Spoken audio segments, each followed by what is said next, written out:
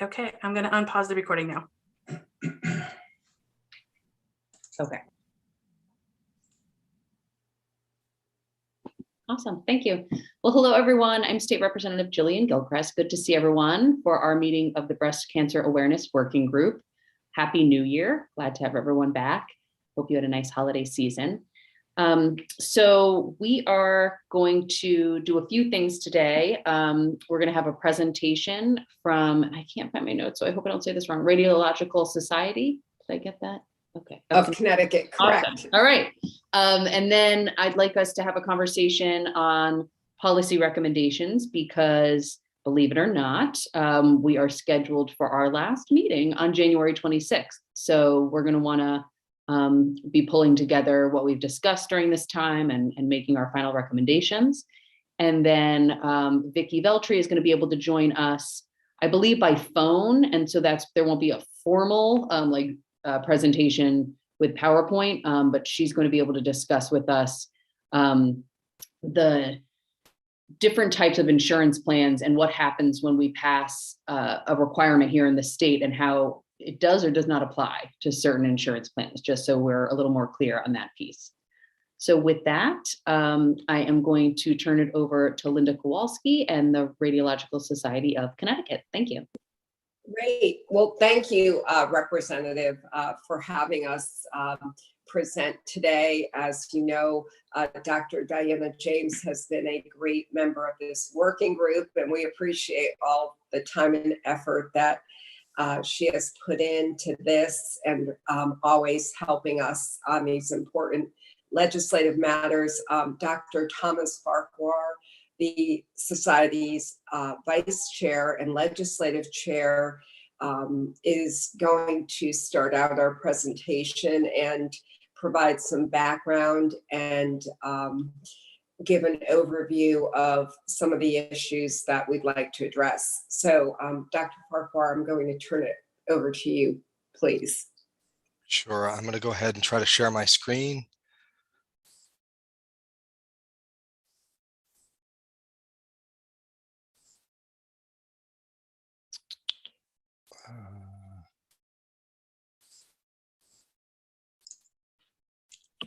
Is it working for you, Dr. Farquhar? No, not yet. It's complaining for a second. Okay, let me see. It wants me to dump and come back in. I will be right back. You have a minute. And I know Dr. Diana James is also going to jump in here and add to the discussion as well. So we always have these technology issues at the beginning of these meetings. So I appreciate everyone understanding. We all have to be patient these days, right? That's right, exactly. There we go. Now we see the presentation. So, and appreciate the time that Dr. Farquhar spent trying to get some of this information. So. Okay, can everybody see my screen? Yes. All right, so I am the Vice President of the Radiological Society of Connecticut, which is the American College of Radiology state chapter. So it's our National Professional Society state chapter here in the state of Connecticut. And this is a topic that I've been somewhat familiar with since there were some fairly drastic cuts to Medicaid reimbursement for radiologists back in 2015. And the take home for this is that Connecticut Medicaid reimbursement rates, especially for breast imaging, are lower than other New England states and New York, comparing us to neighboring states. So this slide is actually from back in 2015 when I first was speaking about this to I gave a presentation to MAPOC, the Oversight Committee. So prior to April 1st, 2015, interpretation of imaging studies was paid at 100% of the 2007 federal Medicare rate. Now, those rates are already lower than typical commercial payers, but they fixed it in time and we're paying 100% of that. But then DSS, through an administrative action, cut the reimbursement to 57.5%. So basically almost in half. So we have been trying since then to address our concerns about how this will affect access, especially if there were any further cuts to reimbursement. But we'll take a look specifically today at Medicaid rates for women's imaging. So this data was all accessed yesterday. These are the states I was able to find, and these are the websites that I put it from. I am not an expert coder or biller, and I'm actually not even a expert breast radiologist, but these are the websites I was able to pull it down from. So I couldn't find Rhode Island. I couldn't find data that fully made sense, so I didn't include it, but it would have been similar to that. And I'm sure someone would be able to find it. So before I proceed, I won't have anyone say what they think out loud, but an interesting angle is, of these states, which state do you think is the closest that we would like to have as a peer state for Connecticut? Is it New York? Is it Massachusetts? Do you think that our demographics and state match up most closely with New Hampshire or Maine or Vermont? But just think about yourself, and we'll see where it is that Connecticut reimbursement for mammography lies. So all payment for medical services are based on the CPT code. So the CPT code for screening bilateral mammography, which is the typical mammography that an asymptomatic woman would have, depending on her risk factors starting at different ages, is 77067. So this data has 3 sets of fees. For radiology billing, the first would be a global charge, and then that's broken down into 2 sides, a professional charge and a technical charge. And the way I usually try to go ahead and refer to this is, it's like if you take your car to the mechanic, they have the parts and the labor. So the professional side is just for the physician's interpretation of the study. So that's our mental energy into looking at the images, deciding what's going on, and putting our thoughts into words in our report. The technical charge is everything else. So that's for the equipment, the technologist, it's for the front desk, it's for the scheduler, it's for all those other different parts. Depending on where you go for care, you might receive one global bill, which combines those 2 aspects of things and doesn't break it down, or you could receive 2 separate bills. Dr. James and I are partners with Jefferson Radiology. We have different sites. If we go to a hospital site, the hospital will bill for the technical side, we'll bill for the professional side. In other venues, for example, UConn or Yale, where the radiologists are employed, then the medical center will go ahead and bill the global charge, and then their arrangement for paying the physicians will be based on their salary or something else. But you will see that in each of these cases, these numbers add up. The professional and the technical add up to the global. So it's it's kind of 2 sides of the same coin. But the first thing that we can see here is that for screening mammography, Connecticut pays less than every other state except for the state of Maine. It's nowhere close to Massachusetts, Vermont, and that's for the global charge if it was billed that way. We can look at the professional charge and see that in terms of physicians, a physician in the state of Connecticut is paid less for reading a screening mammogram on a Medicaid patient than in any of those neighboring states for which we have the data. And then you can see the technical numbers as well. Before I move on, does anyone have any questions either with what I'm showing? Because the rest of the slides are basically variants on this theme, and I didn't want to leave anybody behind if they didn't get what we were doing. Dr. Farquhar, I was just going to mention how you might just explain that again, the access issue being where women are not able necessarily to continue to go into private local offices, and how a lot of the offices do have, and correct me if I'm wrong, bus lines and service to try to get. Sure. So we have seen there are, there's several different venues in which women could access care. Some are in the various acute care hospitals across the state, but there are also probably many more locations in offices, outpatient offices, where they would be able to go and have a screening mammogram done. And oftentimes that's by far the more convenient way to do things. First of all, it doesn't mean going into a busy hospital. There's only so many acute care hospitals across the state, 30 or so. Far more offices that are likely to have easier parking, easier scheduling, et cetera. But there are many private offices in the state who, because of this low reimbursement, simply don't take Medicaid patients. They choose not to schedule them, and they won't do screening mammograms on Medicaid patients because of the low reimbursement. And we have also seen, speaking more globally, that because these reimbursements are so low, they're particularly onerous in mammography. And that's the topic of conversation today. But they're low for other things, for MRIs, CTs, other issues, and those other locations will not see Medicaid patients for those reasons as well. This was not nearly the same issue so you can imagine these numbers were all cut from 100% down to 57.5%. So you can imagine the professional fee was probably almost 60% larger previous compared to the one where it is now. And then the access, wasn't as much of an issue. But that's basically the bottom line. Is in many cases, especially now, with labor shortages and things like that, we actually in many ways have more work than we have the staff to do, like many industries see right now.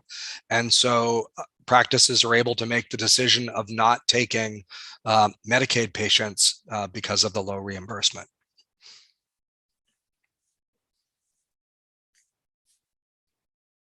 And often, Dr. Farquhar, too, and I know you and both Dr. James can comment, women obviously may need more than just a mammogram. Right. So I'll move through the other different areas, but this is usually the starting point. I'm not going to guess anyone's age, but many of the women on this meeting have probably already had a screening bilateral mammogram and are very well acquainted with it. And that's something that they should be doing annually for life. So this is not an uncommon exam. And so reimbursing it well and incentivizing facilities to actually offer it as a service, I think would be in the best interests of the state of Connecticut and its citizens.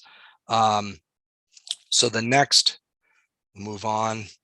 Next is 3D mammography or tomosynthesis. This is an add-on code.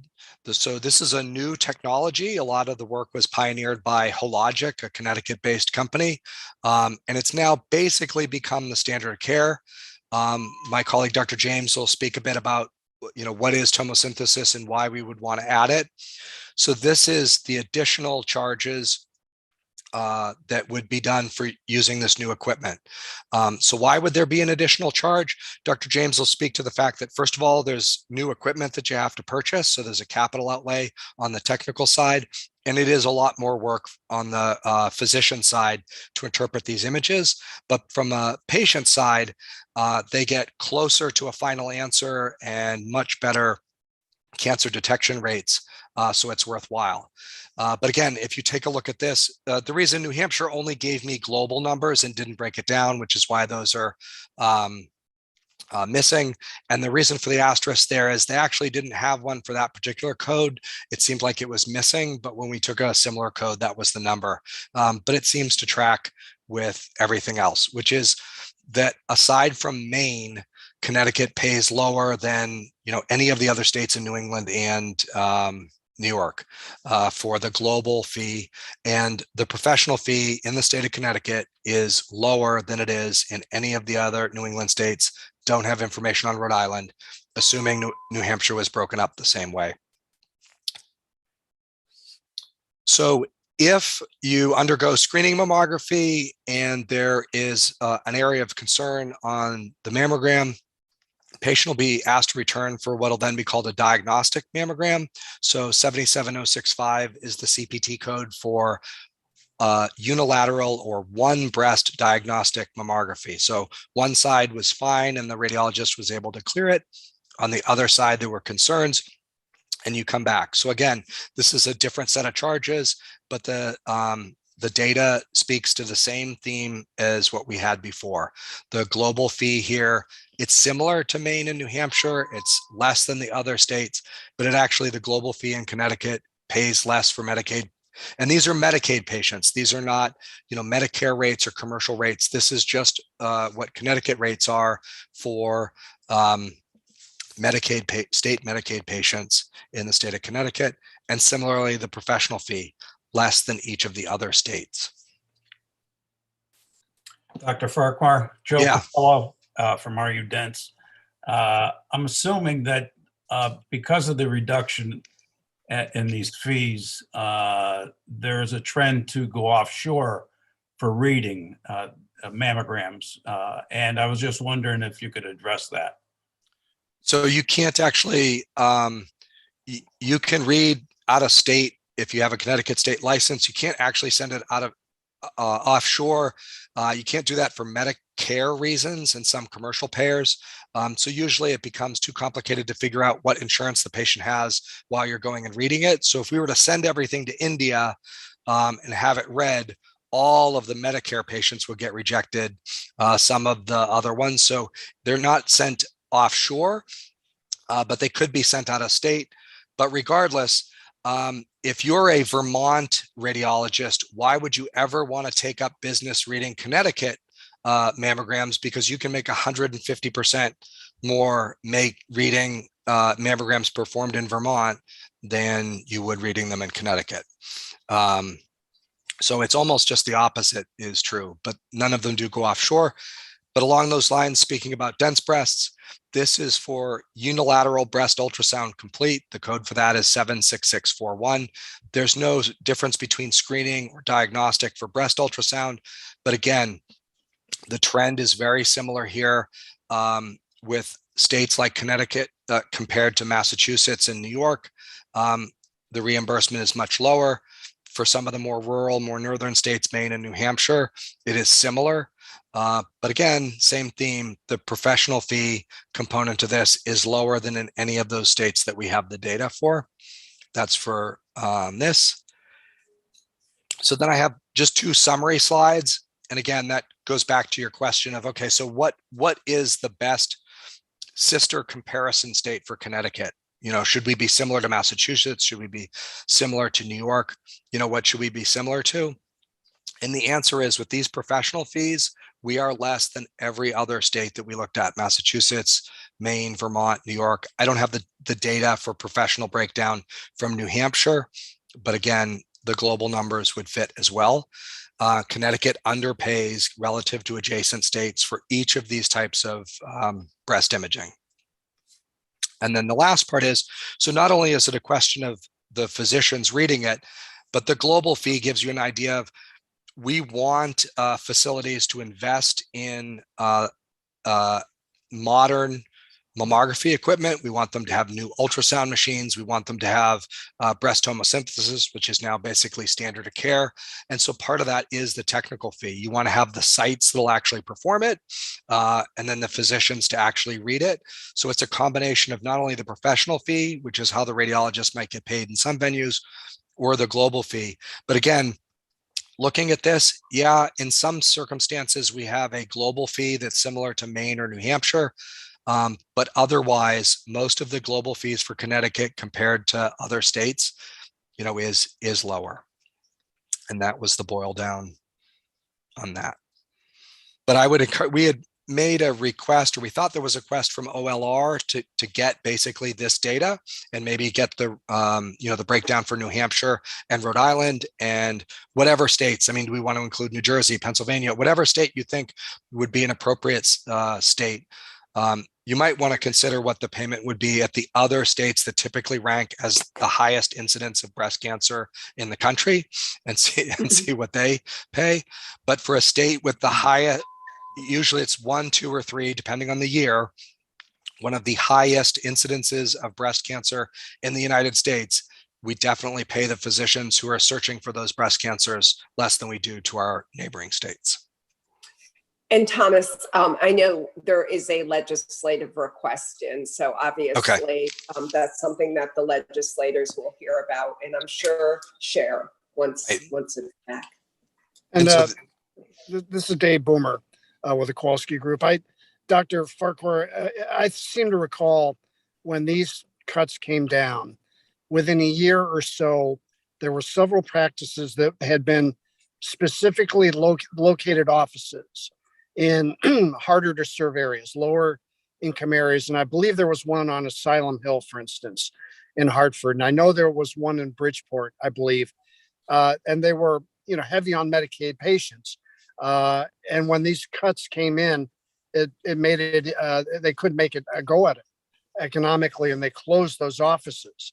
And I seem to recall that. So then these women are given the choice, then they have to find someplace else to get the mammogram, a different office, or like if they want to sit on the Asylum Hill scenario, if a woman would just have it at St. Francis, which is fine. The one point is it's much more expensive than at a outpatient office, if I recall. So there can be some instances in which there are additional fees or costs, especially for commercial insurance, to have it done at a hospital-associated facility. I'm not sure that that's the case for hospitals with Medicaid patients, but it certainly reduces the number of options that everyone has in those communities. And that issue. So what David Boomer was referring to was there was a St. Francis related Connecticut Valley Radiology Group that was one of two private practice offices in the city of Hartford, and that did close shortly after these cuts. That was kind of the unfortunate part of the cuts at the time. We cover Connecticut Children's, which is, the last time I'd heard data, around 40 to 50% Medicaid patients. So when you drop the Medicaid reimbursement almost in half, you are disproportionately affecting those physicians who are working in underserved areas who see 40 to 50% of their patients on Medicaid. So they were already less well remunerated for their work because of where they worked. And now they took a bigger burden than they might have for physicians working, and I won't name names, at other hospitals that are in more affluent areas that are going to have a smaller percentage of Medicaid. The other point is, back pre-COVID, when in 2016, 2017, the numbers for Connecticut Medicaid were around 20% of the state's population. And my understanding is it's now even higher. So this is not, everyone in Bridgeport or Hartford. There are Medicaid patients, more, 1 in 4, 1 in 5 Connecticut citizens is on Medicaid. So it's a large number of patients. At Jefferson Radiology, the highest number of Medicaid patients that we would see just on a per visit basis would be at our Seymour Street office in downtown Hartford. But the next busiest location, our Glastonbury office, because it's on the other side of the river, it's on a major bus line, and there's no hospital nearby there. But similarly, our offices in West Hartford and Farmington, if you're on a major street and a major bus line, there are so many patients receiving Medicaid assistance that you need to have options. And Dr. Farquhar, will you speak to the fact of how radiologists work in terms of who is ordering the test? Sure. So I'll answer that quickly. Thank you. So generally speaking, we're kind of a doctor's doctor. The vast majority of the cases that we look at are ordered by another doctor. So the doctor will see the patient and they make a decision on what to do. Screening mammography is the one instance, and it's through national law, that you're actually allowed to have that case done without a treating physician. The theme being, we wanted to remove any impediments to someone having that life-saving screening test, and that it was relatively benign from a standpoint of it's not like a CT scan with a lot of radiation or cost and things like that. So any woman, appropriate age category, can get a screening mammogram without a doctor's order. But to Linda's point, otherwise, radiologists are doing exams that are requested by another physician to help answer a clinical question. To why does the patient have pain? What approach should I use for surgery? Is the chemotherapy working? Whatever their clinical question is, it's our area of expertise to recommend, oversee, and then interpret the images that would help with that. And I see Mr. Johnson has his hand up, waiting patiently. Thank you. I just have a quick question. Since the reimbursement rates were lowered, what sort of impact has that had on the overall screening rates? And can we compare that to what the other states are doing with the higher reimbursement rates? Yeah, so that would be a good question. I don't know whether we'll be able to get, from OLR. DSS should have, aggregate data on this type of thing. They should be able to tell you how many women they have over age 40, over age 35, whatever number you want to know. And they should be able to tell you how many screening mammograms they did. And that would tell you more or less how, grossly speaking, how successful they've been. And then you'd have to look and see if you can get that same information from other states. But I think that you, Dr. Farquhar and Dr. James, can speak to the fact that obviously. Absolutely. There are offices and facilities who either simply don't take Medicaid patients, or the other one that you can do is you limit the number of Medicaid patients that you see. So you'll see them so that you don't turn them away. But if you offer someone with Medicaid, an appointment 5 weeks from now, and they call up Jefferson, who doesn't make what insurance you have part of the screening for your appointment, and they offer you one 3 days from now, you very well may, you'll speak with your feet and go to the place that accepts it. Great, I see that. Right, do you have any more questions? Just another quick one Yeah. based on what you just said. Do we have a way of figuring out a percentage of providers that do not provide screenings to Medicaid recipients, or a limit? Yeah, so I think I don't know that that's the case. And then ironically, you can go through the credentialing, right? And be credentialed, but not necessarily take them, or you take one a month, or, you know what I mean? Like it's a super tricky thing to do. For CON, which is another whole topic, we have seen,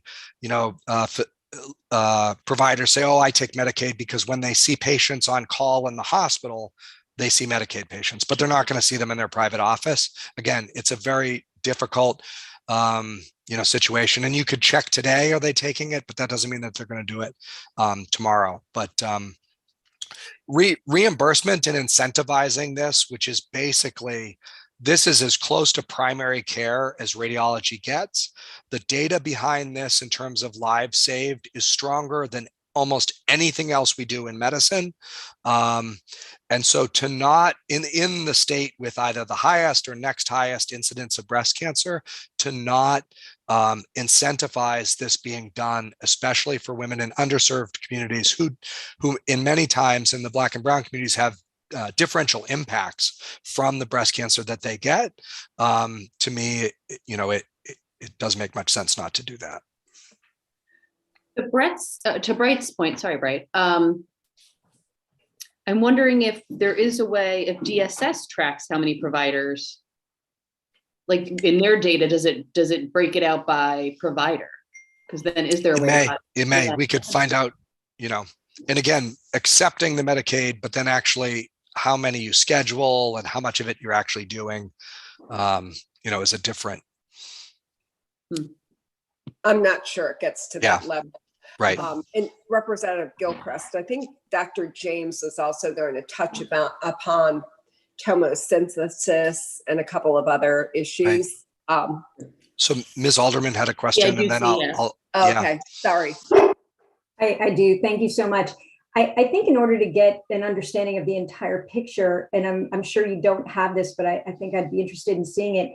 Has there been any analysis of payments for non-Medicaid patients, in other words, private insurance patients? I think the legislature might want to know whether there's balancing out of some kind or another, whether the payments received for non-Medicaid patients might balance out the low rates received for Medicaid patients? So that's the short answer is that's certainly true. So on a larger basis, I mean, you can, the reason that the offices are not taking Medicaid patients is if they just saw Medicaid patients, it wouldn't, keep the lights on to do that. So some practices do this kind of cost shifting where they'll take commercial payers, Medicare, which pays less, and then Medicaid, which pays even less. But it's just a question of, how much work are you going to, do you have, or what are you going to, what kind of volume do you want? Are you going to take all pairs? You can also see some differences between types of exams. So some exams have higher margins than others, but either way, in these other states, to incentivize the access for women with Medicaid, the reimbursement is better, and one would expect to see more offices, taking that. But this has been actually proving that is a little bit more difficult. But looking at the data to see that Connecticut pays less than neighboring states is pretty straightforward. Understood. Thank you. I'll be quiet and let Diana go through her slides if she wants. Yeah, I'm going to try to share my screen. We'll see if it works. Share. Okay. All right. Can everybody see that okay? Yes. Yes. Perfect. All right, great. So let's play. Okay. All right. So I'm the section chief both at Jefferson Radiology, and then I also cover Hartford Hospital as well, where we have a more complicated patient population and underserved patient population. I will say just before I start, so since the introduction of screening mammography in general in the late 1980s, we have seen a reduction in mortality, which is death from the disease, of 30%. So it is an extremely successful screening program, just as Thomas alluded to. So we're going to talk about tomosynthesis, which is the 3D mammography, and kind of, is it worth it? It's a more expensive technology. It costs more. It takes more time for the doctors to do it. Is it better? So that's kind of what this presentation was geared towards. And then I'm also, so here are the objective points, which basically says what we'll talk about. And then I also found a couple of papers in our literature that kind of review the economic impact of a regular, 2D mammogram versus the 3D mammogram. So we can look at that. One was a retrospective analysis, and the other was a projected analysis on a theoretical patient population in an insurance, plan. So tomosynthesis came about because of breast density. So dense breast tissue, we know for years, can obscure cancer. So we wanted a technology that kind of could look at the individual, slices of the breast, if you will, and find little tiny cancers. And so that's what tomosynthesis does. So this slide talks a little bit about that.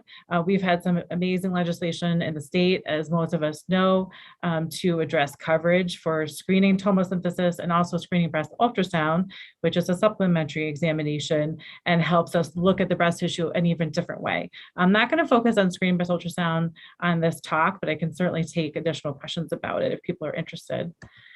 Whoops. Okay. So I'm a radiologist, so I had to show a couple pictures. I know this isn't a doctor group, but on the left side, you can see just the regular 2D mammogram, and hopefully people can appreciate where that arrow is. You can see that patient has a cancer. It would have been extremely difficult to pick up on that regular old technology on the left, but on the tomosynthesis, it jumps out. It's very easy for the radiologist to see. And this would be a very small breast cancer. The other thing we're going to talk about, the smaller cancers we find, and we define small as basically less than 1 centimeter, the less patients we have in that insurance group that need chemotherapy, for example, as an additional cancer treatment. A lot of patients can go get their surgery, have 4 weeks of radiation, and have a 95 to 99% cure rate. So we've really made a lot of strides in terms of, even the patients that do get diagnosed with breast cancer, we know it's an extremely common disease, where it's costing us less to cure them. So that's kind of the goal really of tomosynthesis, is obviously curing patients, and then also making it more reasonable economically. This was another exam in the blue circle. There's a really subtle finding that probably most days people wouldn't notice, especially if they're reading, those 2D exams just going through, but in tomosynthesis, hopefully you can appreciate in the center of this little square, there's a little spiculated cancer. That was an invasive cancer. Again, this is a patient that could go on to just get the surgery, get the radiation, avoid chemotherapy, and has a 95 to 99% chance of being cured in 5 years. Okay, so this is a slide that just shows the major companies that make the machines. Hologic, General Electric, Siemens, and Fuji. So Hologic and GE are both two companies that are pretty common in the state of Connecticut. Again, Hologic is based here. GE, a lot of places in Connecticut also have GE machines. We have one place out in Manchester that uses Siemens. The average cost of a Tomo machine is not cheap. It's at least $350,000, which is 2 to 3 times more expensive than a regular mammo machine. So in my experience, you really have to be dedicated to your craft and to your patients to want to upgrade to tomosynthesis because it's such a huge capital outlay. We spent over $3 million at Jefferson, for example, when we switched over most of our mammo machines to 3D units back in 2019. It's a significant capital issue. You need a regular maintenance contract as well. And mammography in general, compared to other areas in imaging and radiology, is very unique and that we are directly oversighted by the FDA. So we have state inspectors that come through at every facility in the state. Our doctors' work, the quality of the doctor's work, believe it or not, is actually directly evaluated by the insurance company in terms of, are we calling back too many patients and telling too many patients that their screening mammogram is abnormal? We have very specific criteria that are set up by nationally and that are followed at a state level because we have so much oversight. And that's it. It makes mammo a very unique area in radiology. So when we introduced this tomosynthesis and 3D mammography, it did have a significant effect on radiologist workflow. So it takes at least twice as long to read each exam. So we went from an average mammogram of about 4 images to now the average screening mammogram is about 200 images. So it's quite a bit of extra work for that radiologist. And unfortunately, there aren't just twice as many breast doctors out there that you can hire. So we've had to create smarter workflows. We're trying to look at artificial intelligence programs to see if they can help us. We do have radiologists that read for us in other states, but they all have a Connecticut license. As Thomas was mentioning, you cannot, and again, the credentials of those radiologists, even if they're not working in the state of Connecticut, are strictly regulated by the federal government. There are very specific rules about what exact work they have to do per year. They have to reapply. Again, it's a very regulated system. One of the greatest things, in addition to the increased cancer detection rate that I'm going to show you that we have with tomosynthesis, is that we can call less patients back, so less false positives. That's been a very common topic in the lay press in the last few years, that we're causing too much anxiety to women by calling them back and telling them they might have cancer, but then they don't. Well, tomosynthesis as a technology reduces that chance by 15 to 20% at least. It's a much more precise technology. So I'm not going to go through all of this clinical data, don't worry, but I did want to just show a couple sides. So there were a lot of trials in Europe that showed tomosynthesis finds more cancers and has less false positives. So they're on this slide. There were tons of studies in the United States as well. This is kind of between 2013, 2015, where the bulk of the data was, the bulk of the research was done and published. This is a summary slide. There was a big article in JAMA, Journal of American Medical Association, that kind of combined 500,000 patients and tried to figure out, was tomosynthesis better? And the answer was yes. It increases your cancer detection rate on average by 40%. Which is a great number. And the cancers that you're finding, there's also been this discussion in the lay press. Well, in mammo, you find these cancers that aren't real, this whole concept of overdiagnosis. Well, with tomosynthesis, you actually find more invasive cancers. So you don't have the issue with overdiagnosis. It's a better technology. You're finding the most clinically significant cancers, and you're calling less people back. You're worrying less patients. So the research really supports that. I'm going to switch gears a little bit and talk about two studies that I found that tried to look at, how does tomosynthesis impact a patient population that's enrolled, like, is in an insurance plan. So this study looked at about 1 million patients essentially out of this bigger commercial database, and they kind of went through the thought process. Well, on average, this is how many people get recalled. On average, this is how many of those patients need a diagnostic mammogram. This is how many people need an ultrasound. This is how many people need an open biopsy. This is how many people need an image-guided biopsy. This is about the average cost per patient that has an abnormal screening mammogram, and then kind of what is the effect when I add tomosynthesis to that situation. How did the numbers change essentially? So that is so these are the results of that. So they found that on average, it costs about $1,000 per recall. It kind of depends if the patient needs a biopsy and or ultrasound.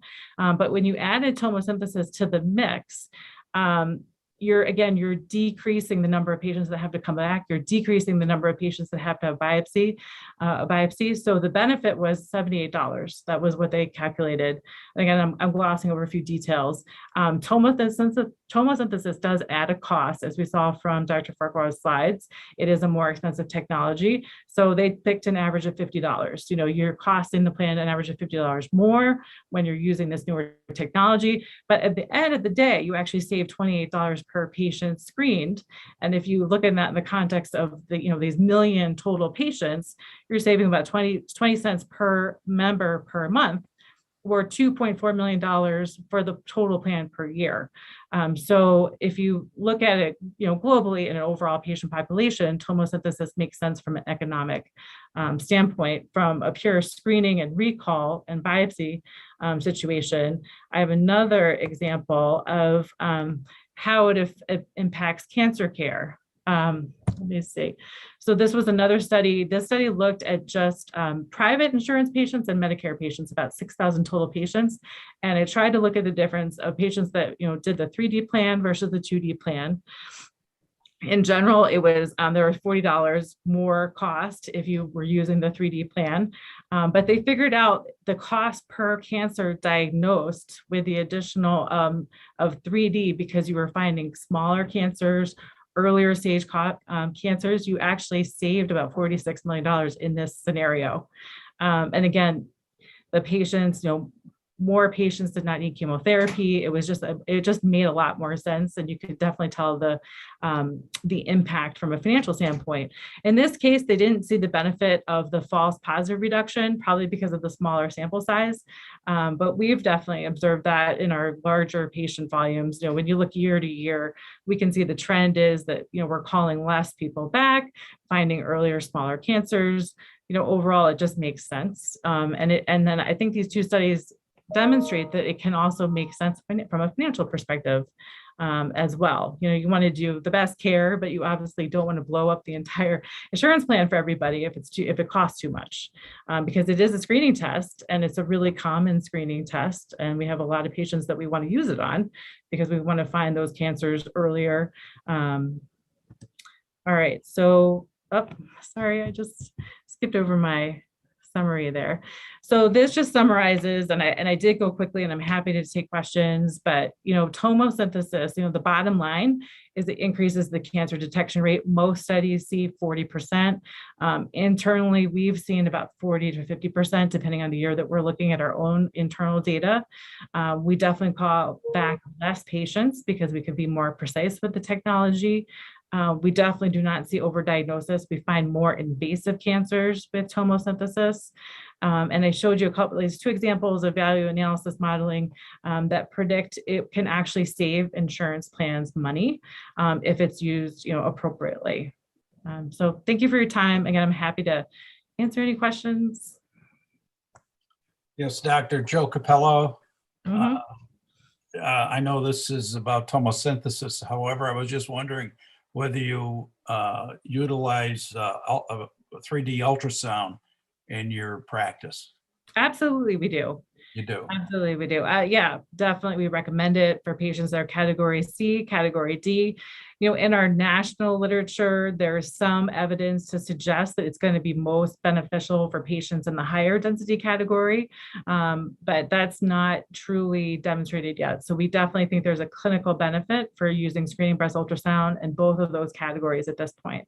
But we are looking to to be more numerical in our assessment of women's breast density. So we actually introduced a program. It's like a computer program that's looks through the mammogram and gives you an exact number and a percentage of what the density is. So you're not relying on, the doctor's opinion, which may be subjective, right? So we're actually becoming more mathematical in our assessment of breast density, which I think is a great, trend. So it's important. Thank you. Mm-hmm. So maybe I missed this, and I apologize if I did, but at your agency, do you now use tomosynthesis with all patients, or is it still based on certain criteria that you would go to the tomosynthesis? So initially, when the insurance coverage was not consistent, and so, for example, we do have patients that are enrolled in high deductible plans, and so initially, when we were offering tomosynthesis to all of our patients, or had the capability to offer it to everybody in 2019, we checked with the patient first, because they would have had to pay out of pocket for that screening exam if we did the tomosynthesis exam. And we did have patients elect to do the 2D exam because it would be covered by their insurance for that first year or two, until the state corrected that. And now we have universal mandate for coverage of tomosynthesis for any patient that wants it, regardless of their insurance plan.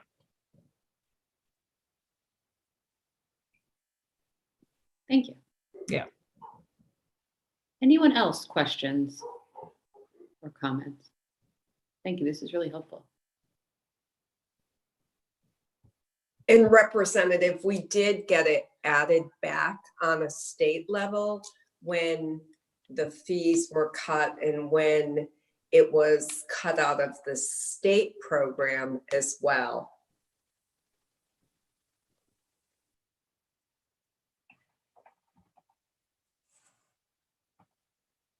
So maybe, and I'm so sorry if I'm being, so maybe go into what that fix looks like. So for the individual who has a high deductible plan, they can get the tomosynthesis because it will cover, the state covers it?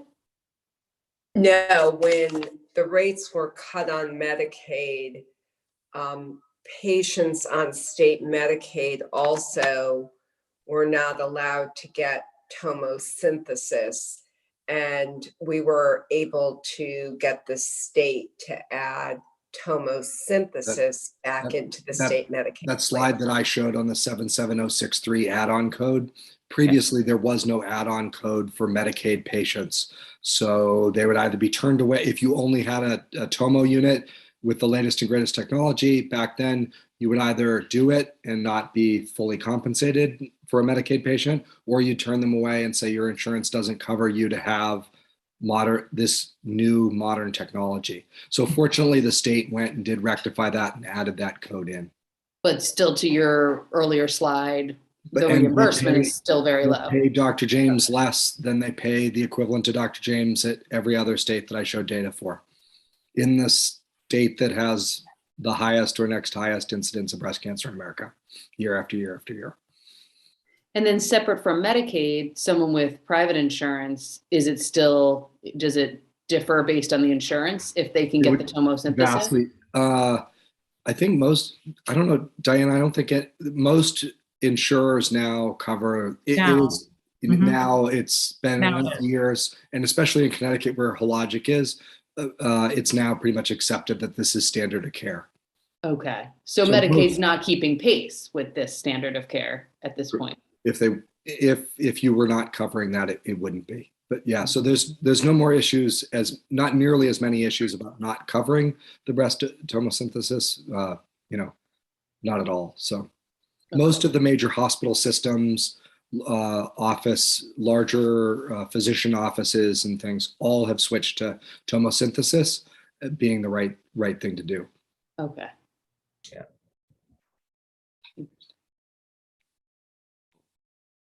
Well, thank you. Mm-hmm. Thank you both. Thank you all for the presentations. This was really helpful. Any final questions? All right, then I'm going to move us into the next portion of our meeting before we're joined by Vicki Veltri from the Office of Healthcare Access. Wanted to just briefly have a discussion. As I mentioned when we first began, our final meeting is on January 26th. And so at that time, I'd like us to really have a good sense of where we're going with our recommendations.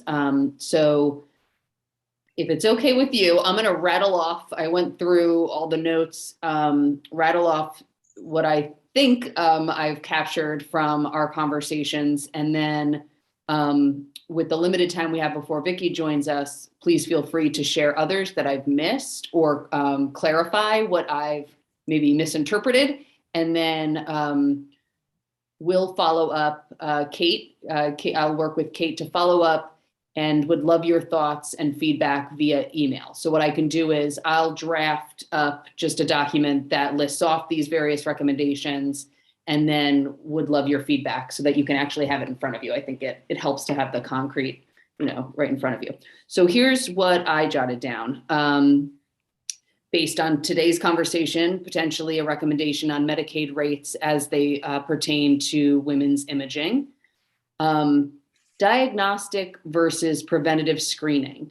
I kind of want to dive a little deeper with you all on what you think the recommendation is there, but I believe I've pulled that out of our various meetings that currently we have the preventative screening piece covered here in the state, but then when it comes to the referral for the diagnostic, that's been a sticking point. I also kind of as a sub question on that, is there a way to carve out, maybe this is a Vicki Veltri question, when someone has a high deductible, can you carve out and say that something like diagnostic would not be applied towards the high deductible?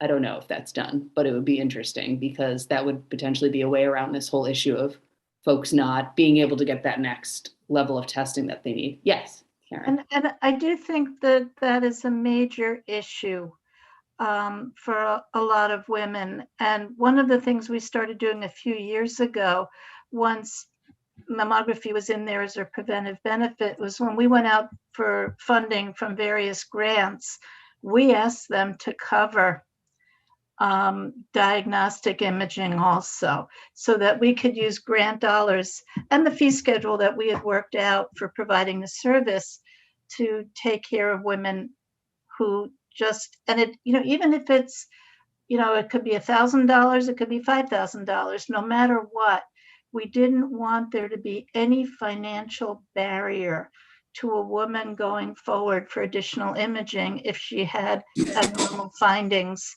on screening. So in the world that I would love to envision, those services are covered, and that nobody has to worry about getting to a point where they, can't move forward without tremendous out-of-pocket expense to understand if they do or don't have a cancer. Yeah. And Representative, one of the other items I wanted to suggest is there is a line in the budget that's called the Breast and Cervical Cancer Screening Program. And I think if we could suggest an increase in that line item, that also would be helpful. Absolutely. Is that the same as the DPH early detection program or no? Yes, it is. Yes. Okay. And it's a program of last resort for tens of thousands of women that fall through the cracks, that don't have Medicaid or any other way to pay for it. And we had mentioned in discussing that line item then that are there currently outreach dollars or there are not outreach dollars and we'd like to see outreach dollars? There are outreach dollars. That program. There are, but okay, go ahead. I'm so sorry. Go ahead, Karen. No, there are outreach dollars. I mean, that program pays for services, but there is an outreach component to it. And one of the things we've done, just as an example, is that we pair events where the early detection program staff and mobile mammography are in the same place, maybe at the Malta House of Care or Hartford Hospital's Women's Ambulatory Health, so that all of the services required for each patient in the program, clinical breast exam, pap smear, and mammogram, can be provided on the same day, same location, that's convenient for the population we want to be taking care of. Because it is sometimes a struggle. You do one set of services, but then to get women to come into the hospital, for example, for their mammogram isn't so simple. Okay. Thank you. And then we talked about, I believe at one meeting, community health workers and that having more would help. Would that also fall under additional dollars in this line item, or would that be something separate? It could. One of the issues is, what is the reach? The last I heard, and correct me if I'm wrong, Linda, or anybody else, I think that there are 22 or so providers across the state that offer this program. But again, how people that live in very rural areas, how long does it take for them to get to a provider? So if there's more money in this fund to be able to allow more providers to be added to the mix, I think you're going to have greater outreach, et cetera. Okay. Thank you. Then I had written down. Just to add one other point. Sure. One of the things that was done with this program, really, I think, to enlarge its breadth, was a few years ago that health systems had to apply for the early detection grants, so that it wasn't just individual hospitals. If you were a health system, you needed to have all of your sites in some way involved, which would really kind of spread the availability of imaging facilities, as well as clinicians who could do the other pieces. The program also subcontracts with community providers like Planned Parenthood and others, so that the goal, with the way these early detection programs are set up, is that there are a variety of providers where there's a contract in place to see patients for the DPH early detection program. So it's another strategy for, broadening the availability of access. Okay. Representative Gilchrist, if I may, you might want to reach out to Lisa McCooey at DPH. She works for this unit and has for forever, and knows it backwards and forwards, and give you the history and issues and whatnot. Wonderful. Thank you. All right, then I'm going to rattle off a few more before Vicki joins us. I had written also down peer-to-peer outreach similar to HPV program, but was that just something that was discussed that would also fall under additional dollars for the early detection program? Does anyone remember discussing that? Or would we want to see something separate in terms of peer-to-peer outreach? That might be something separate, I think, from our perspective, but happy to explore that offline. Okay. And I think even with workforce development issues too, as Dr. Farquhar and Dr. James mentioned, that's another whole topic too that we can talk about in terms of other funding and whatnot with the pandemic. Okay. Then I had also written down resources for genetic testing. Does anyone recall, were we looking at that at all or no? I guess one question about genetic testing is we're really not looking to do broad-based population testing. We're looking to test people who have risk factors that might mean that they do have a genetic variant that could predispose them to breast cancer. And it's really important, at least I had been overseeing the genetics program at Hartford Healthcare. And I think it's really important that genetic testing is done in a very controlled way so that patients are truly counseled appropriately, that they understand what their options are should they have a problem and need follow-up care. And also that we're in compliance with national standards.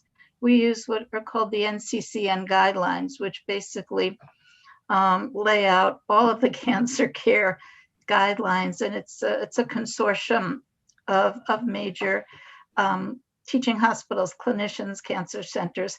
So I think if we're going to look at genetics, I think we want to make sure that Medicaid will pay for it. We want commercial insurers actually to pay for genetic counseling services. They'll pay for the testing, but not for the counseling. And the counseling is really, really important. And I know that at the national level, the National Society for Genetic Counseling is lobbying to have genetic counselors, receive NPI numbers and be able to bill for their services. Right now, they cannot bill as practitioners, and they are certified licensed practitioners in the state of Connecticut. Interesting. Okay.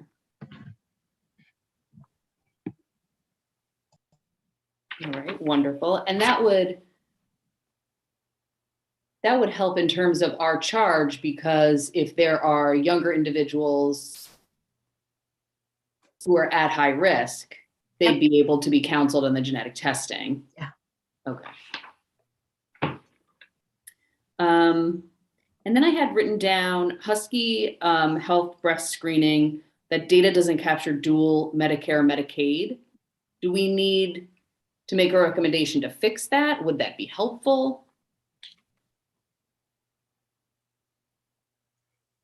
Or is that just something we're frustrated by?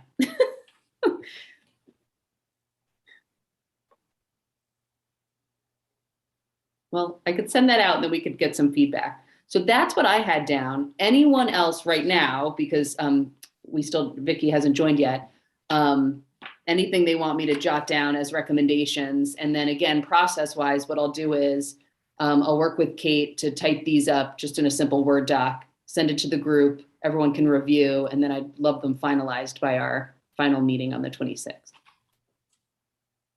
A greater outreach for bilingual, I think, would be helpful. Okay.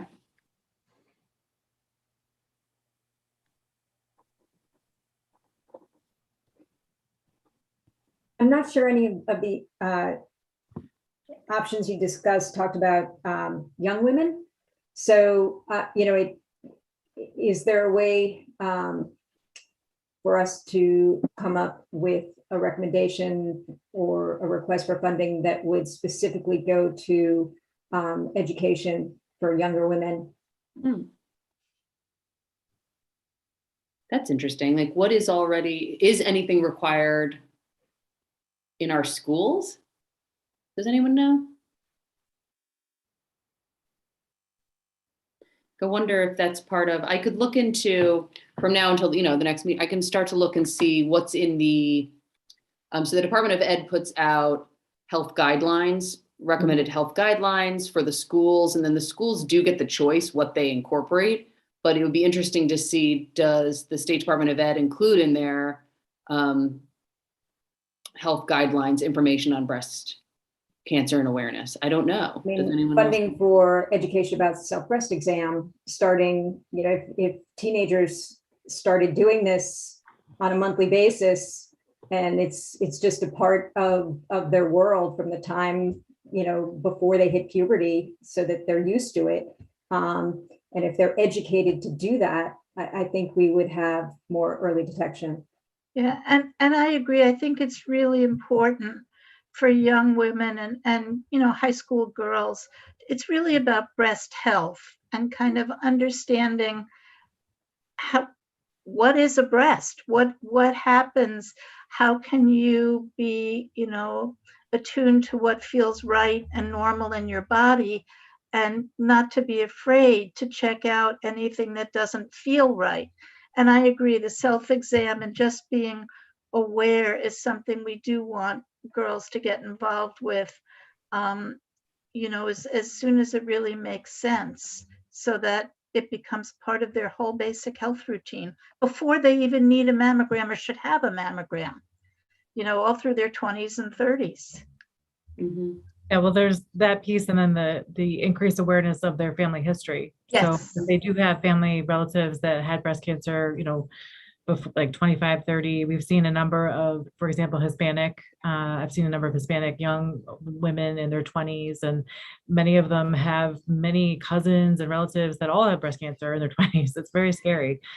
So just identifying those really high risk patient populations where maybe we don't have a good gene identification system yet for those patient populations, and making sure that we're educating them based on their family history. They should be plugged in with a primary care doctor. They should be plugged in with an OBGYN doctor, maybe at an earlier age, to figure out what they should be doing for screening in addition to self-health exams. So I think that should start earlier in the schools, that overall awareness. I agree. So, Great. Yep. You know what? Vicki doesn't have the right link. Let me just send that to her really quick. I'm so sorry, everyone. Hold on 1 second.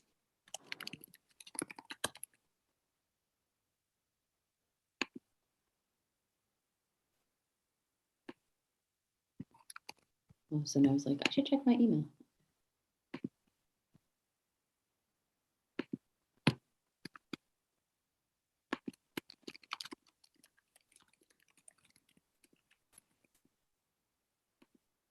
Okay, I just sent it to her.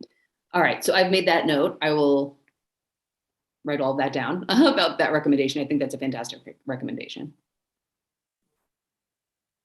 Anyone else thoughts on things that have not been touched on today?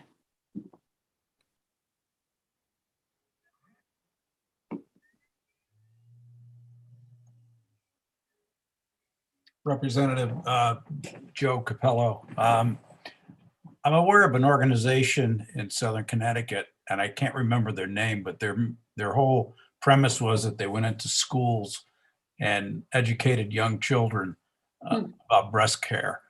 And they would hand out these pinwheels where you would find, I don't remember the exact use of it, but I do remember they're all about education to young women, young girls.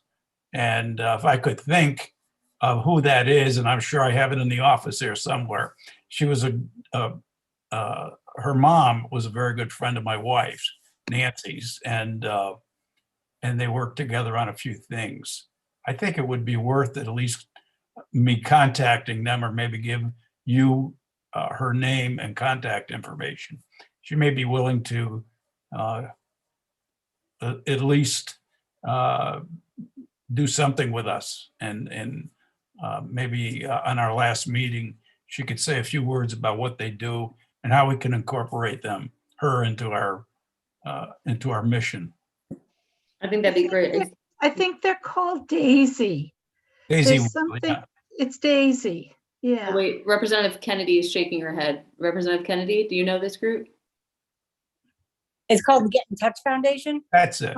and they're based out of Milford, Connecticut. The woman that you're referring to is Mary Ann Nyland, and Yeah. she passed away several years Right. ago. Her Right. daughter Betsy took it over. She's the executive director. I've actually been in touch with their person that would probably be the one to be on the call if Betsy can't. So if we have time at our next meeting, Yeah. I have my file in front of me.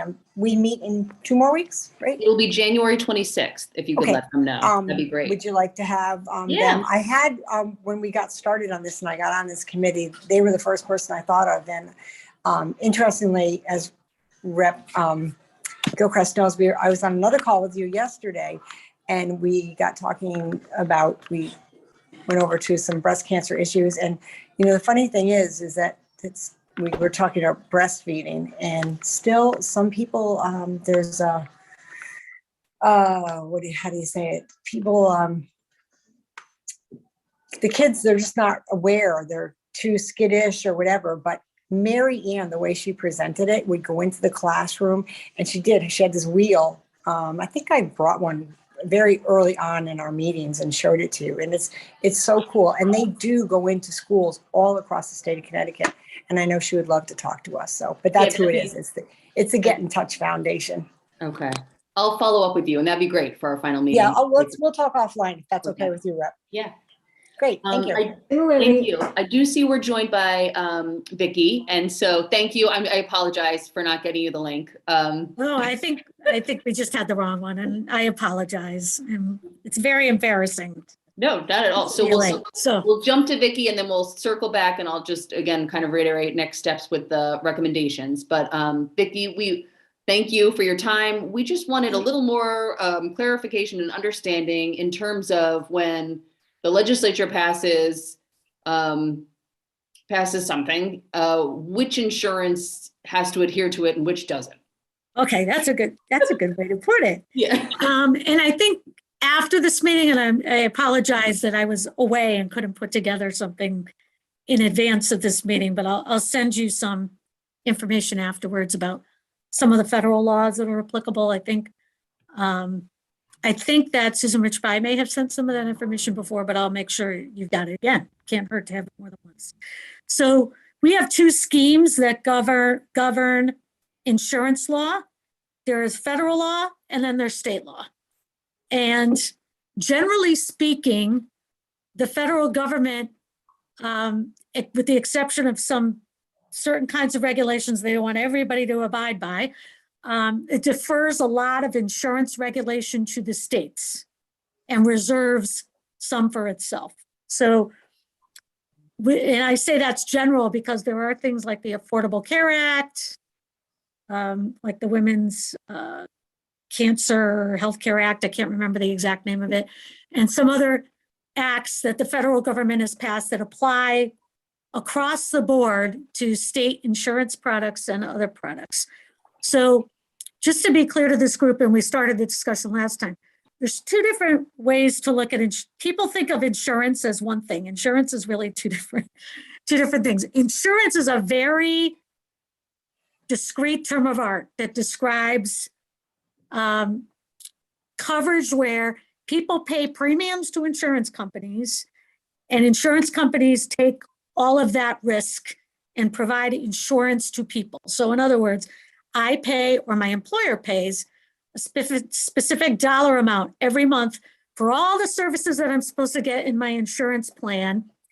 And then the insurance company makes sure that they pay for those services, but they hold all the risk, meaning if all the cost of your services comes in to the insurance company, it's less than the premium you pay every month, and the insurance company makes a little money. If your costs are higher than what you pay in premium, the insurance company loses money. That's the nature of insurance. We spread the risk, right? We set premiums, and we all pay premiums every month, whether as individuals or in small employer plans or large employer plans. So the state regulates insurance products, okay? So that means for the purposes of this group, think of the things like individual insurance. When people buy insurance by themselves, so Access Health Connecticut sells plans to people individually. There's also products off the exchange. Those are insurance, the state regulates them. Then there's small group insurance. So generally speaking, employers less than 50, they buy insurance themselves through insurance plans. They often use brokers to help them buy plans. Those are state insurance products that are regulated by the state of Connecticut. Then there's a small number of large employers, who buy insurance products that the state regulates. The majority of people in the state of Connecticut who have healthcare coverage are not covered by the insurance that we regulate as a state. So let me just give you an example. There's about, I want to say 3 million or so people. There's 3.6 million people in the state of Connecticut. Close to 25% of those people in the state are now covered by Medicaid because of COVID. Enrollment increased rapidly. Medicaid is not insurance. Medicaid is a form of health coverage. Obviously has its own regulatory process. DSS runs the Medicaid program. Then there's a subset of people who are on Medicare federal program, right? Then there's a huge portion of people that either have these insurance products that buy by themselves or in small plans, or they're in these very large employer plans that are called self-funded plans. So self-funded plans are, think of, and I think I said this last time, United Technologies, Stanley Black & Decker, large employers, and actually this group is getting smaller.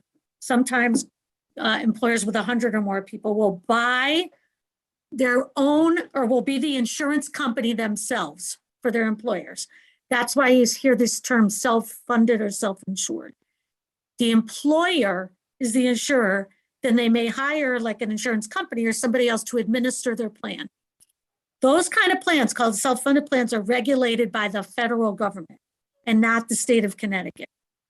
Okay, so at that right now, about 70% of the people who are covered in private coverage, 70% of them are in these self-funded plans. In these self-funded plans, the state has no authority. So when you pass a law, your impact is on the 30% of people who have insurance that is governed by the state of Connecticut's laws. Now, having said that, to make this more complicated, this could be a law school class. Does anybody want to do? Linda's laughing because she knows what I mean. But there's a certain subset of laws that apply to both these self-funded plans and to these plans in Connecticut that we regulate. And that includes the laws, like I just said. The Affordable Care Act requires fully insured plans and something that is a little too complicated to probably talk about today, but non-grandfathered, self-funded plans to offer preventive services and to offer essential health benefits, some of which include these preventive services, including breast screenings, for instance. But in rare cases, is there the ability of the state to regulate insurance is just really limited to that group of people that's in these insured products. Generally speaking, the federal law sets the floor and the states can then add usually to that floor for coverage requirements like we do in Connecticut. We have a set of insurance requirements that are pretty broad in terms of what we offer in terms of coverage compared to many other states. So the federal government is usually the floor and the state can add on to it. So it's important that you understand that distinction, because I think a lot of times what happens is, and this used to happen to me all the time when I was a healthcare advocate, people said, well, we passed a law to do blah, blah, blah. And I'm like, I'm really sorry, I have to tell you, you are in one of the plans that this law does not apply to. Now, having said all that, I will say there are certain things that we have codified from federal law into our state law, right? So coverage for screening, obviously the coverage for screenings, the Affordable Care Act, we have codified. So all of the protections of the Affordable Care Act apply to all the people covered by insurance in the state of Connecticut. So that includes all the preventive screenings, all the essential health benefits. It also includes the protections of when someone has breast cancer and there's reconstructive surgery and all those. That was a federal law that passed that we also codified into state law. So I would say actually that lots of the protections we have in state law or go beyond federal law. Our insurance laws are in a lot of ways much more generous than the minimum requirements of federal law. That's not such great news if you're in one of those self-funded programs, though, if the state law is giving you more than what the federal law requires. But that is the case in a lot of cases. And to add another layer of complication onto it, which I'm also sorry to do because it's somewhat depressing at times, is under the Affordable Care Act, there's a package of these essential health benefits that I talked about, which I think Susan talked about in the previous meeting. We cannot put insurance mandates on top of mandates that were in place in 2011. under the Affordable Care Act without incurring state costs. So that's the federal law and guidance, that if you want to mandate anything in excess of what you had in place in 2011, you can do so, but you as a state will have to pay for it. We will not direct our federal funds that help subsidize people to get coverage and all that stuff to you to pay for those mandates in excess of what we had covered in 2011. So that's an additional complication of the law. But having said that, lots of the laws regarding breast coverage and everything else were already codified. Thank God. A lot of them were already codified. We have, and I don't know if everybody will agree on this call, but we have pretty generous laws, I think, in the state when it comes to insurance law and screenings and ultrasounds, et cetera, for women, which is really great. Perhaps more generous than federal law. But that does make your messaging a little more complicated when you go out and talk to people about, awareness. The thing that I always say to people, like I used to say at OHA and I say at OHS, check your plan. You need to check your plan to make sure you have these coverages. So that's a really high level. And I hope it made sense. It's really complicated. Who knew healthcare was so complicated? But it is. So you definitely want to ask. The important point about coverage is to make sure you know what plan you're in. No, I think that's very helpful. Thank you. And it is. It's very confusing. And so what I thought I'd do, I was on the DOL website today. So the United States Department of Labor regulates most of these large self-funded plans. And they have a specific site on some of the coverages for women's health that I'll send you the links to. Representative Gilchrist, maybe that if you want to share with the group.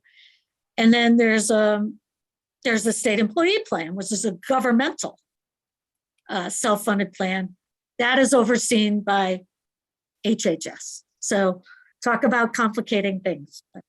But generally speaking, when you're looking at regulating around the area of insurance in the state, you're affecting 30% of the people who are covered private health coverage.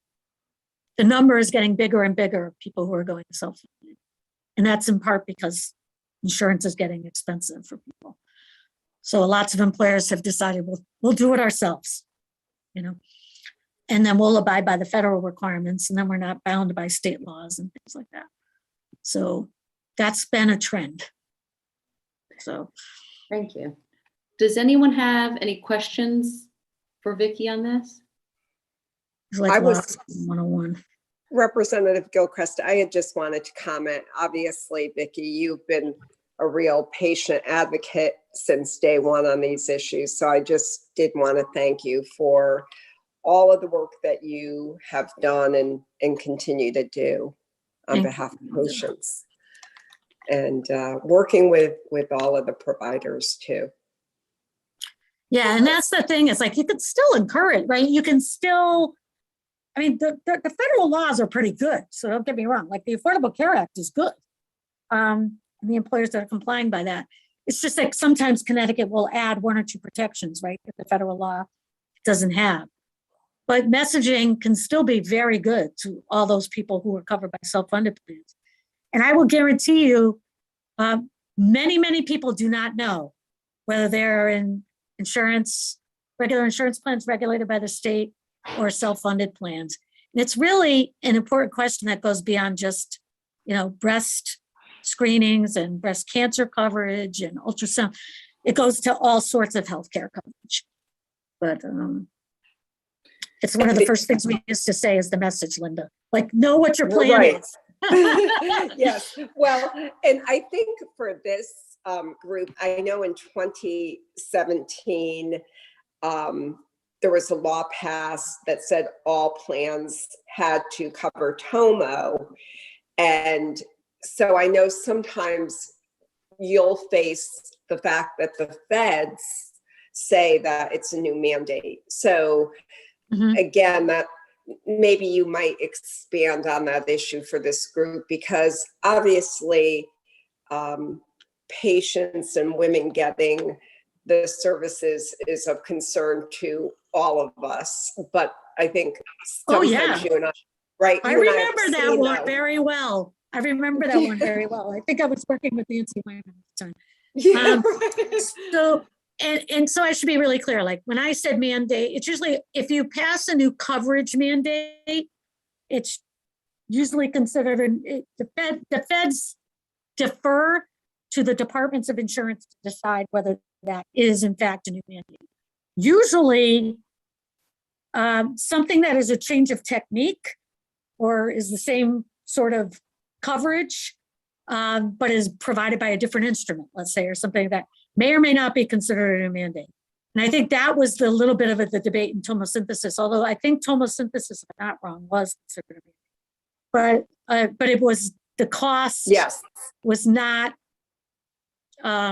incredibly big as calculated by, I think, the insurance department. So that's the balance you'd have to strike, right? Is, you know, you want to pass something new, you have to consider if it's the state is going to have to pay for it. How much is it? Can you afford that? Sooner or later, you're paying for it one way or another. You're paying for it in your premium or in your tax bills for a new mandate. But when we say mandate, we're generally talking about coverage. So we're now going to cover hearing aids is one that comes up a lot, right? We're now going to cover hearing aids at a certain age. And we haven't covered them before. Or we're going to cover eyeglasses and we haven't covered them before. That's usually what a mandate is. That's how people think of mandates, generally speaking, what a mandate would be. Vicki, while we've got you, I brought this up a little earlier and just want to play this one out. So is it possible? I'll first ask this. Is this possible? And if so, would it only apply to the 30%? So we've been having a lot of conversations about preventative screening. And then when someone needs to go further for the diagnostic, they might not be able to afford that because they have a high deductible plan. So is there a way to say that diagnostic services can't count towards the high deductible? For example, just hypothetically. So so I think in theory, you may be able to do that because that's not a coverage mandate. But having said that, it raises a lot of issues with respect to how the insurance product is designed. Because complicated even more is we have these formulas that we have to use from the federal government in deciding what the plans are. Let's say on Access Health, less so maybe for the small group plans, but for the individual insurance plans, every single plan is designed based on this concept called an actuarial value. And the AV calculator it's called. And it is, the best way to describe this is if the products on the health insurance exchange are bronze, silver, gold, and platinum, right? Bronze is 60% actuarial value. That means on average, the consumer pays 40% of the cost and the plan pays 60%. Silver level is 70-30, the plan pays 70, consumer pays 30, gold is 80, and platinum is 90. So the average person would pay a certain percentage of their insurance costs. In order to hit those actuarial value targets, you have to adjust the cost sharing in the plan by different benefits. So you may apply a copay to imaging or not. You may apply a deductible to imaging or not, and or to prescription drugs. If something like that were to pass, it would have to be then factored into that actuarial value calculator and would probably change the plan design for another benefit, would be my guess. So while you might get diagnostics under the deductible, or diagnostic ultrasounds, let's say, then something else might have an associated increase in its deductible or something like that to offset it, because you have to meet these targets. It's tough. And it's why you've seen such challenges with us doing the plan designs on the exchange, because we're trying to meet those federal standards. Happily, hopefully, hopefully everybody on this call knows we have a Cover Connecticut program so that people who are under 175% of federal poverty, who are above the Medicaid level, will get access to absolutely free insurance, despite what deductibles exist. So I hope everybody on this call knows that, or I can come back another time and talk about that. But that is a potential complicating factor of doing something like that. I'd have to ask CID about what kind of impact the insurance department that is. They think that would have on the plan design, because it would affect the plan design, the rest of the plan design. Well, I might follow up with you. Okay. No worries. Follow up. Awesome. All right. Well, we're at time and I don't want to keep folks over. I thank you, Vicki. This was really helpful. So just to reiterate, I'll type up what we discussed today in terms of draft recommendations. Kate will get those out to folks. In the meantime, please feel free to send me additional ideas if we didn't discuss things today that you'd like to see on that list. And then I'll give you plenty of time so that you can provide feedback and again, still send additional ideas if they weren't included. And at our final meeting, we'll review and discuss those recommendations. And now we'll be having a presentation from